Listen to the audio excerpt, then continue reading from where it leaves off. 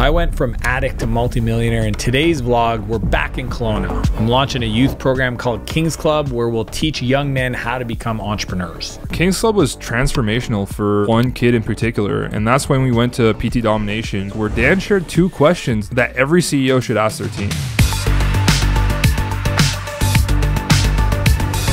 So when Dan told me that he was going to launch a youth program, I was like, this is the perfect timing. I just got frustrated one day that we weren't doing more, and I said, you know what? Let's just invite a bunch of 15-year-olds into the studio and see what questions they have and ask them what they would want out of a program. Yeah, hey, I'm Todd. I'm general manager at Martel Media.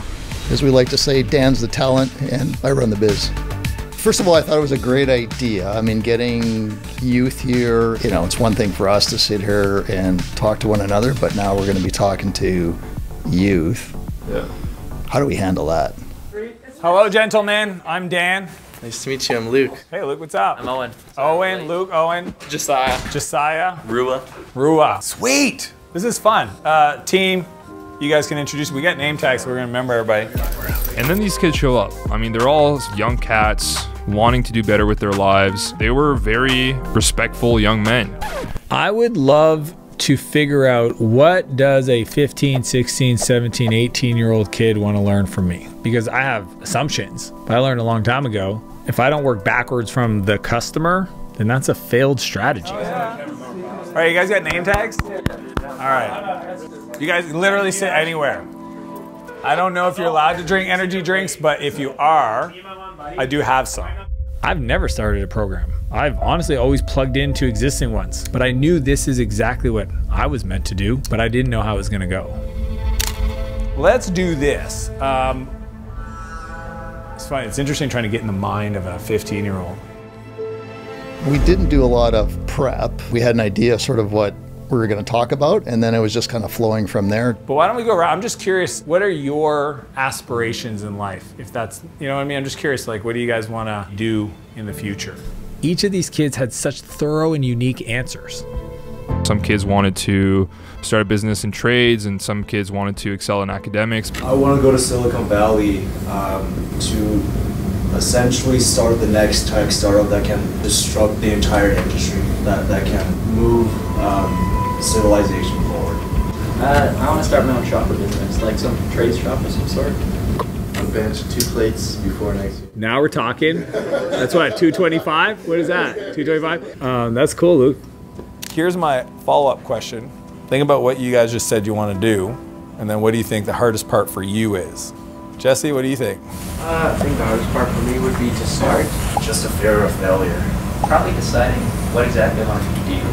Take time to recover so I can grow my chest. Yeah. Taking the risk, like investing my own money. Not knowing how to get to my final goal. I saw myself in these kids because, you know, at 17, at 15 years old, I was the same version of that. Big dreams, big ambitions, but didn't really know where to pour my resources into. I was excited to get to work. I mean, my problem is that I immediately see opportunity. So I had to kind of hold back a little bit, and then I systematically unpacked each one of them and showed them why their outcomes, their dreams, their goals were a lot closer than they thought. Okay, do you guys want to know what success looks like? Do you think it's a straight line? No, it looks like this. But unfortunately, it's called the messy middle. Like literally between starting and success, it's all of this and all the funness of all this. You know what this is here for? To teach you how to receive success. Here's the big takeaway for today, okay? The only way to get ready to be successful, to receive the money, is to start, which sounds simple. All I do is go, where do I want to be in 12 months? And then I make a list of things that I don't know if will work or are required, but I make a list of the things I would have to do to get there in 12 months. But here's what's interesting. Let's just talk about the concept of what does a business mean? When does a business happen? It's a great question. I don't even think the adults would know it. To sell products to people and then be buying it and you to be able to like make profits off of that. Okay, so if somebody sold something but didn't make a profit, is there a business? I guess, yeah. Okay, so is profit required? Okay. I consider the moment somebody pays you to do a service or give them a product, a business is started. So for example, what would need to be true for you to have a construction business? They paid me to build a house. What if they didn't pay you to build a house, they just paid you to build a dog shed? Still a business. Still a business. That's exciting. There was this one kid, Rua, where he wanted to start a videography business that I saw something unlock in Dan's brain where he was like, I'm gonna change this kid's life. Whew, that's cool. What about you on the media side? Make a video for someone and they buy it. Huh. Do you have an aspiration to be in business? Okay, do you want to be in business right now? Yeah. Shake my hand. I will give you $1,000 to make a video for me. Okay, that's a contract. I will pay you. Okay. We call that a business. Let's clap it up. But here's what I want you to understand. Everybody, they get stuck right there. And I could tell this, trust me, to 100 adults, to all of your parents, and they would hear it and still convince themselves when I'm not around, it can't be that simple. I think it went really well and it energized us in what we actually can do and really listen to the kids to say, okay, this is what they want. Really needed to see the chart. You really need to see this? I really needed to see this. It was so crazy. So I offer Rua. So I shake his hand. I tell Sam, we're doing this thing. And every Saturday we go to the gym as a team and we're working out. And that morning he texted me, he said, hey, the kid from Kings Club is coming to record. I didn't even know what he was capturing. And then I see this. Most people never expose their team to actual, like, let's do something hard together. Or they wait for that once a year trust fall bolt. Consider this a weekly trust fall exercise.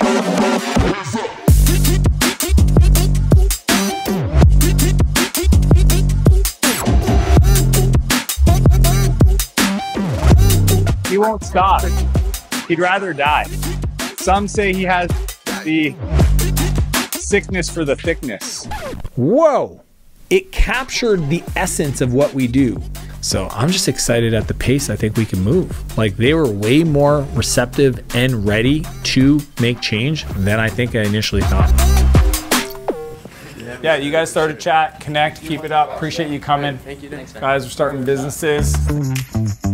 Kings Club was a success, and it really helped me realize goals and dreams aren't just for youth. We are going to PT Domination event. It's a block and a half away, and I'm still driving. I was really excited for Dan to go on stage because it was kind of like a last minute thing where Dan would create a speech on the fly and go on stage and create value for these people. I only have 30 minutes. I want to tell like a 7-minute story. We're going to tell the GT4 story. I think the GT4 story is a good story. The GT4 is the car that Sam had on his vision board, and the story that goes along with it was the perfect way to bring PT Dom to a close. So Sam and I stopped for some coffee on the way, which gave me some time to think through some ideas. See, because I think that's where the setup comes in. It's being like, let's say you had someone on your team that showed up every day. What would you want to do for them, right? Would you want to help their dreams come true? Well, what we do at our company is everybody's vision board's on their phone, so I go around tapping phones. So let me tell you what we did one day. See? And then we take off to PT Dom's event. You know, Brian and Cole are good friends of mine, and it's always cool to have entrepreneurs in Kelowna. They created the largest PT online fitness coaching program around. They just happen to live in the city I live in. So anytime they do an event, they usually give me a call and I come over, and whatever they need from me, they're just people I have a lot of time for.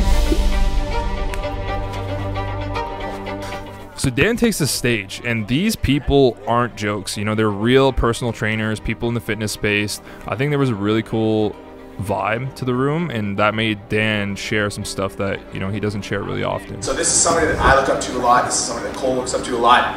Please make some noise for Mr. Dan Martell. Let's go make some noise. What up, people? Let's go! Can I tell you guys a crazy story? Yeah. I believe to do anything great, to build any business, to be successful, it takes people. Yes or yes? Yes. Perfect. Well, for me to keep great people in my world, on my team, that I had to have a vision dream big enough for their dreams and visions to sit inside of. Write that down. And some of you have too small of a vision for your life, and it's causing the best people to leave because they don't see a future with you. Here's what I loved about that audience. They understood that business problems are people problems that just happen to show up in the business. So what I had the chance to do is show them where their own psychology, their limiting beliefs, their emotional flooding that occurs is stopping them from showing up as the leader their team needs from them. So imagine you had somebody that had been on your team for 6 years. You met them when they were younger. As you built your business, they just showed up every day. Even when it got hard, as it does.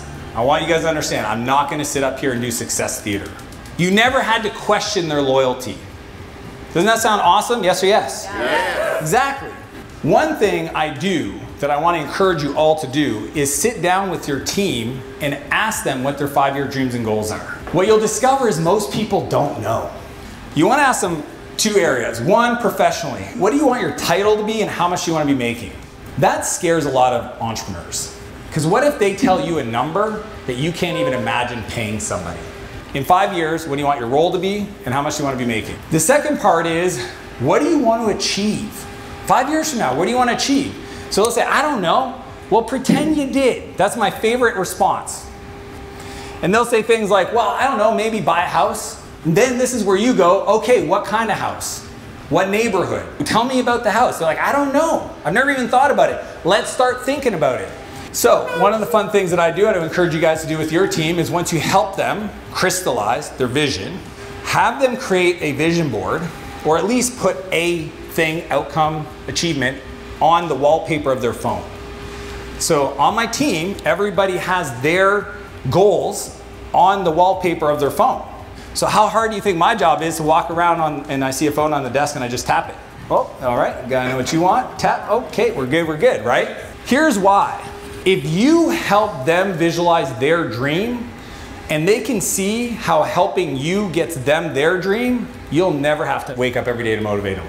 Going back to the individual I was talking about earlier, imagine you had somebody for 6 years that showed up, ride or die, never flinched, always was there for you, literally shows up selflessly every day. Every time I want to give him a raise, he says, give it to the team. Every time. Every time I say, I need you to be rich because I want him to achieve his 5-year goals, he says, I'm here to learn, not earn.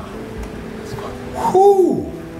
3-4 weeks ago, I wanted to bless this individual. And I was with them in LA. We flew back, landed in Kelowna, and I was like, hey man, I gotta go check out some stuff at the dealership. Could you come with me?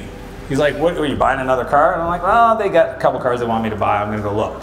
So we walk around the dealership, and as we're walking around, I ask him, hey man, do you guys have any Porsches around here? I do need a Porsche. You don't have a GT2 RS, eh? I don't. Is that a GT4? The sales guy goes, oh, that's a GT4. And I was like, oh. And I goes, but hey dude, isn't that the same car that you've always wanted? Dude, isn't this the one you had on your phone screen, Sam? Yeah. In white? Yeah. I was so nervous. So I'm sitting there and I tell the sales guy how important he is to me. And I said, dude, I'm gonna do this for you because you would never do it for yourself. I remember the first time he told me how much money he saved up. It blew my mind. And he bought a house because that's the kind of guy he is. He would never do this for himself. And I took out the key and I gave it to him.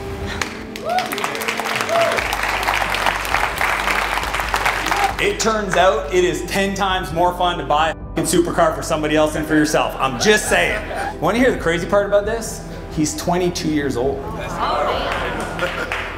And he is right there. Sam Gaudette. That guy right there. And I think that message stuck. They got it. They realized the work to be done is not on the business, it's in themselves. And the better they work on themselves, the better the business is gonna do. That was awesome to just see them resonate with that message. Being back in Kelowna was great. My favorite thing was impacting the people in my community. If you like this video, check out my day in the life as a CEO in Nashville. Click the link and I'll see you on the other side.